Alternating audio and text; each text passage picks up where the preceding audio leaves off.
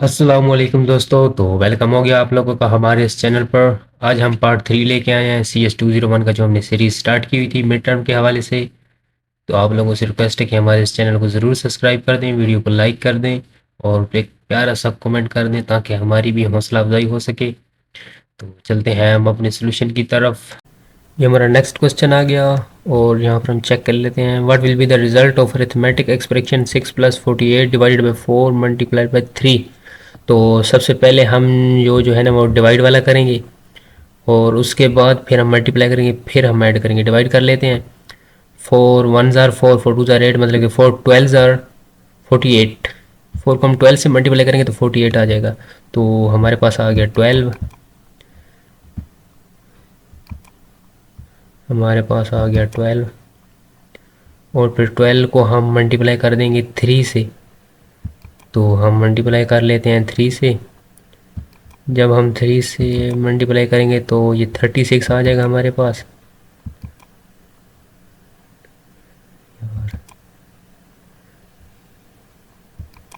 वो उसके बगैर बहुत मुश्किल हो रही है। 36 और 36 में 6 ऐड करेंगे तो ये 42 हमारे पास आंसर आ गया। मतलब कि सबसे पहले हम अगर मार दो तो मार लेते, फिर हम अरिथमेटिक ऑपरेशन में ये जो मतलब कि डिवाइड वाला है ये हम सबसे पहले करेंगे, फिर हम करेंगे मल्टीप्लाई और उसके बाद हम एडिंग या सब्ट्रैक्शन वो बाद में करेंगे, क्योंकि उनका उनसे आंसर में कोई फ़र्क नहीं पड़ता।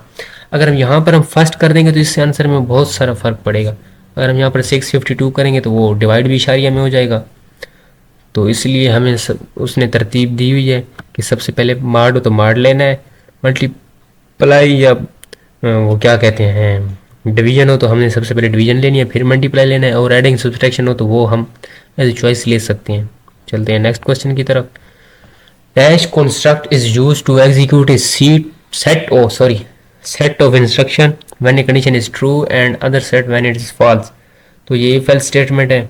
इसमें हम कंस्ट्रक्ट करते हैं कि अगर ये स्टेटमेंट ठीक, मतलब कि ये जो मैं स्टेटमेंट दे रहा हूँ ये ठीक है तो ये प्रिंट कर दें, और एल्स इससे मुराद अगर ये ठीक नहीं है या अगर ये फॉल्स है, एल्स के अंदर हम कंडीशन लगाएंगे ये फॉल्स कंडीशन है तो फिर हम उसे स्टेटमेंट देंगे कि ये प्रिंट कर दें। तो ये फाइल स्टेटमेंट में हम उसे मतलब कि ट्रू और फॉल्स ले सकते हैं आसानी से। इफ़ एन अरे has 15 element what is allowable range of subscription, मतलब कि अरे का वही साइज़ आपको मैंने बताया कि अरे का जो साइज़ है वो 0 से स्टार्ट होता है, तो 0 से लेकर 49 तक हम उसके अंदर जो रेंज है ना उसके अंदर ऐड कर सकते हैं, ये अलाउएबल है। तो वो 1 से स्टार्ट नहीं होगा, 1 से 49, तो ये तो साइज़ भी 49 हो जाएगा क्योंकि हमने 0 से स्टार्ट करना है।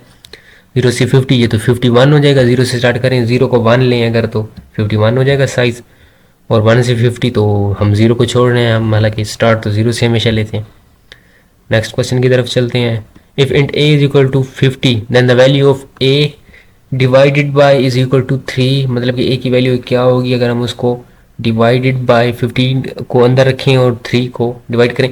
असल में ये जो इस तरह उसने कोई लॉजिक मतलब कि दी हुई है, डिवाइडेड के साथ इक्वल लगा रहा है, कभी प्लस के साथ इक्वल लगा रहा है, कभी मनफी के साथ इक्वल लगा रहा है और आगे इंटीजर दे देता है।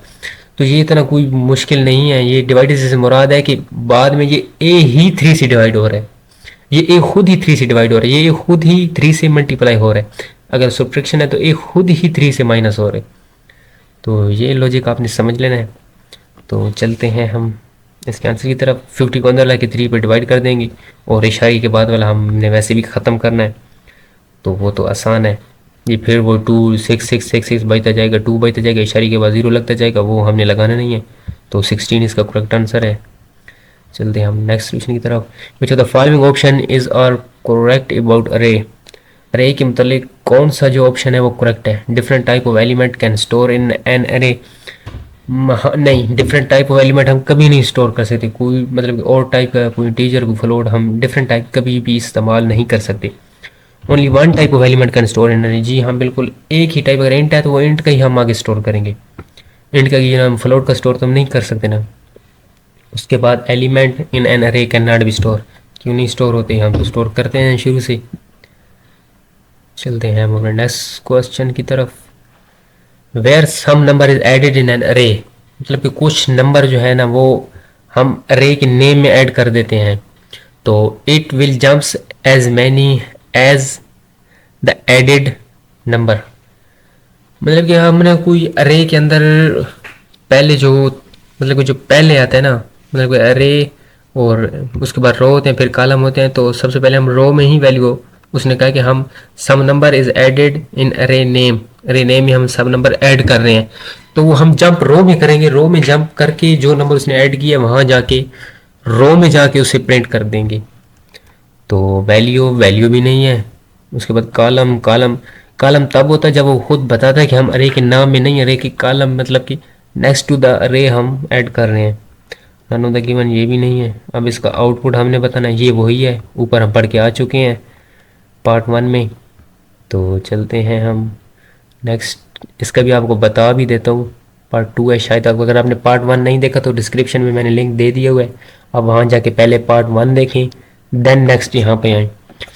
तो void my class c out I am student, उसने वाइड माई क्लास दी है, c out I am student, ये हमने प्रिंट करवाना है। उसके बाद void my class I am a student और वी एस आई टी।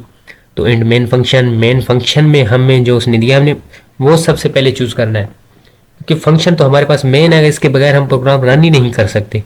तो वो कहता है माई क्लास 2, सबसे पहले माई क्लास 2 प्रिंट करनी है। माई क्लास 2 कौन सी है? I am student of B S I T.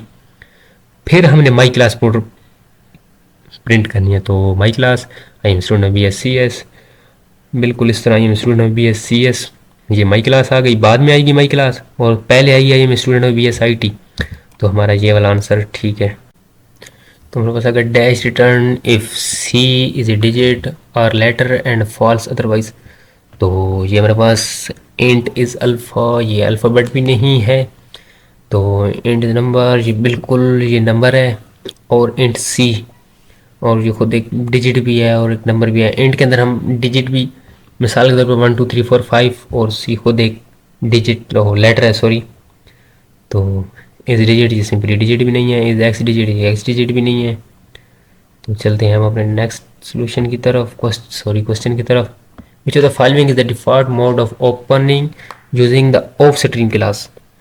मतलब कि हम ये ऊपर भी पढ़ चुके हैं, उधर उसने हमें दिया हुआ था कि हम ये जो है ना I O S double double colon string, मतलब कि ये उसने ऊपर दिया हुआ था, और ये जो ऑफ स्ट्रीम क्लास है इसने नीचे दिया हुआ था। अब उसने चेंज करके दिया हुआ है, तो वो वही आपको कह रहा हूँ कि पार्ट 1 आप ज़रूर देखें।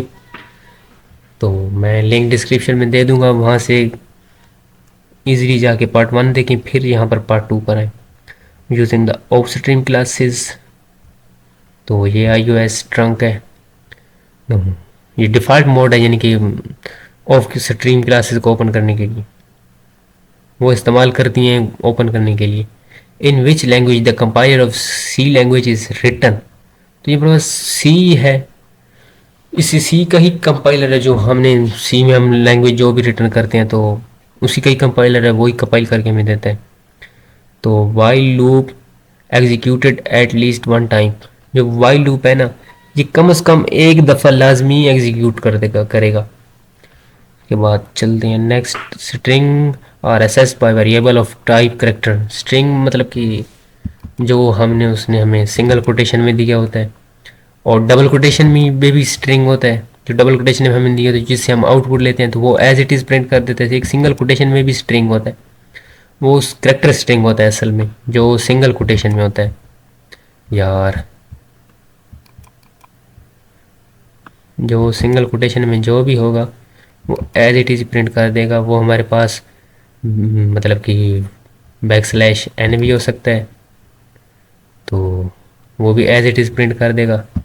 ये हमारे पास बैक स्लैश, यार ये बैक स्लैश, और ये एन जो हम न्यू लाइन के लिए यूज़ करते हैं, तो ये सिंगल कोटेशन में इस्तेमाल होगा। ये भी हमारे पास एक करेक्टर, मतलब कि वो करेक्टर स्ट्रिंग है। तो बैक स्लैश टी भी होता है, वो भी करेक्टर स्ट्रिंग है। तो डबल, ये तो फिर एक अलग से इंटीजर, वो 1 2 3 4 5 है डबल, और इसी की इंटीजर की एक टाइप है डबल। और सॉरी, इंटीजर की टाइप नहीं, ये फ्लोट की टाइप है डबल। इंटीजर की टाइप लॉन्ग और शॉर्ट है, ये फ्लोट की टाइप है डबल और लॉन्ग डबल। चलते हैं हम अपने नेक्स्ट क्वेश्चन की जानिब। Which of the following is the correct operator to compare the value of 2 digit. अगर हम दो यही मैं आपको पीछे बता चुका हूँ कि ये जो सिंगल इक्वल है ना, पहले इस एमसीक्यूज पे बात कर लें कि अगर हम कोई दो वैल्यू को कंपेयर करने हैं तो उसको करेक्ट ऑपरेटर हम क्या इस्तेमाल करते हैं, तो वो है डबल इक्वल टू। असल में ये जो है ना, प्रोग्रामिंग लैंग्वेज में ये डबल इक्वल टू लिखा जाता है, लेकिन पढ़ा इसे सिंगल इक्वल टू जाता है। और जो सिंगल इक्वल टू लिखा जाता है इसे असाइन वैल्यू पढ़ा जाता है, मतलब कि हम वैल्यू किसी चीज़ को असाइन करने हैं। लेकिन मैथमेटिक में तो कुछ और ही सीन है। तो ये प्रोग्रामिंग में कुछ चेंजिंग है जो आपको इन पे ध्यान देना है। अगर सिंगल हो तो ये हम असाइनिंग द वैल्यू कर रहे हैं, और अगर डबल हो तो ये हम उस वैल्यू को कंपेयर कर रहे हैं एज इट इज़, जैसे मैथमेटिक में होता है। मतलब ये डबल लगाएंगे तभी वैल्यू हमारी कंपेयर होगी, तो सिंगल लगाएंगे तो वैल्यू असाइन होगी, ये उसकी वैल्यू, मतलब इसको असाइन कहते हैं। Not operator is a single input operator, मतलब कि नॉट वो वाला जो इस तरह का साइन है। नॉट ऑपरेटर ये मतलब कि सिंगल है, मतलब कि यही कहेगा कि आगे वाली बात गलत है, जो भी इसके आगे लिखा हुआ है वो वाली बात गलत है, जो तो सिंगल इनपुट ऑपरेटर है। इसके अंदर कोई डबल वाला सीन ही नहीं है।